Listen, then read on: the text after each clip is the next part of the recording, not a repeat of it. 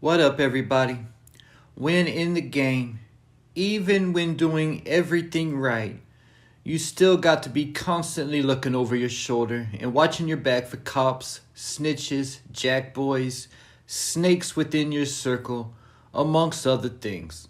The game creates a sense of paranoia, one that you will certainly need if you are going to survive any time at all in it. When I was in the game, I called myself a walking felony. No matter where I was or what I was doing, I was committing a felony somewhere in some type of way. Getting caught up in foolishness is definitely something you got to stay away from. Making reckless decisions, partying too much, using your own product, and getting caught up in female issues could all be potential Achilles heels that can take you down. So with that said, it is very important that you know you can't deal with civilians the same way as someone who is in the game.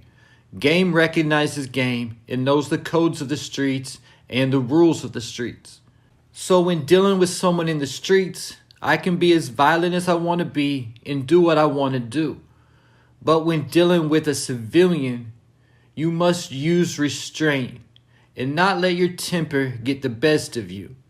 Because civilians don't follow the same street code and will call the police with the quickness. Getting me to Power Book 4 Force Season 2 Episode 6. And we've been waiting for a season and a half to see Diamond's savage side finally come out, and we got to see a taste of it in Episode 6 as Diamond debowed a man's family from him. "This my family, punk!" We got to see more of this side of Diamond moving forward. I mean, how they got a man that size looking like Debo's little brother, and he's not even into violence. In my opinion, Diamond choking out Jamal was Diamond's best scene on the show so far. So how did Diamond find himself in this position? Diamond has been teaching Jamal's son Leon how to box and defend himself after he saw Leon getting punked by some kids next to the barbershop. Diamond got even more interested in helping Leon when he met Leon's mother Gianna, who Diamond was very attracted to, not knowing that Gianna already had a man, because from what we could tell, Leon didn't have no man in his life. Plus, neither Leon or Gianna ever mentioned anything about Jamal to Diamond either. So after Diamond got finished with his training session with Leon for the day, he took him home and was invited in by Gianna and given a glass of lemonade. And right as Diamond is about to ask Gianna out, the door opens and in walks Jamal, who was justifiably mad about some random man standing in his kitchen drinking a glass of lemonade. Then Jamal lost his temper and started screaming and slamming doors, and that offended Diamond. Keep in mind, just last episode, Diamond's father died, and we learned that his father was very mean and abusive when Diamond and Jannard were young, and that is why Diamond learned how to box in the first place. Also keep in mind, when Diamond first met Leon, he told him that he reminds him of himself when he was that age. So Jamal also reminded Diamond of his father, and this caused Diamond to take the whole situation more personal than he should have. And this caused Diamond to actually start stalking this family. He was parked across the street when he saw Jamal and Leon walking, and Jamal was being harsh on Leon because he'd been getting bullied and getting all his stuff taken from him. Jamal was screaming, "Hit me!" and even locked Leon out the house. So I'm guessing that Diamond was parked outside their house in a vehicle that he normally doesn't drive, because if he was sitting across the street in the car he's always taken Leon home in, I'm thinking Leon would have recognized the vehicle.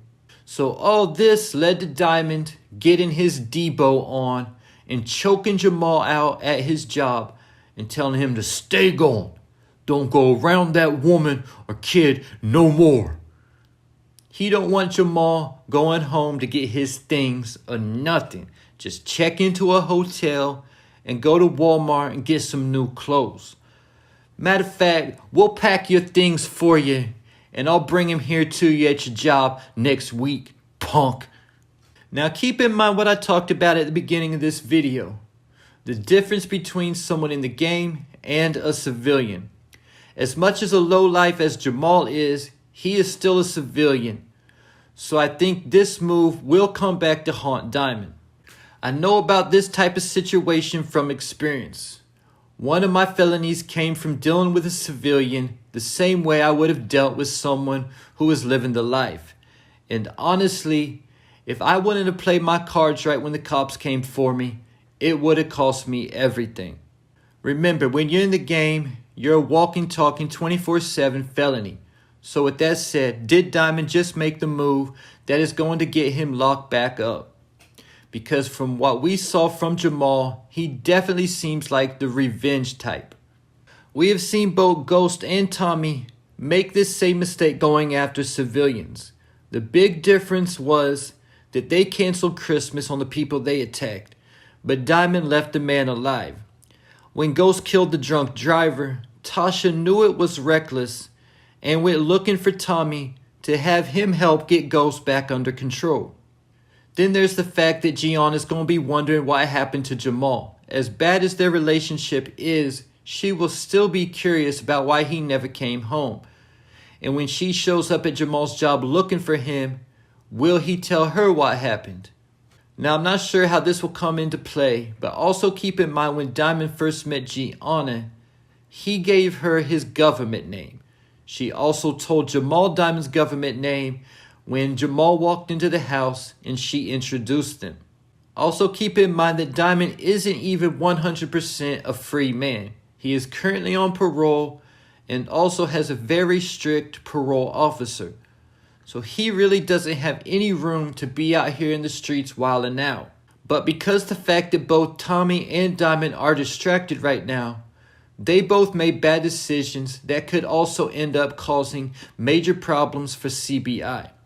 Tommy is so caught up on Maria, he failed to notice the cop parked around the corner, something he usually would spot right away, and Vic spotted within a few seconds.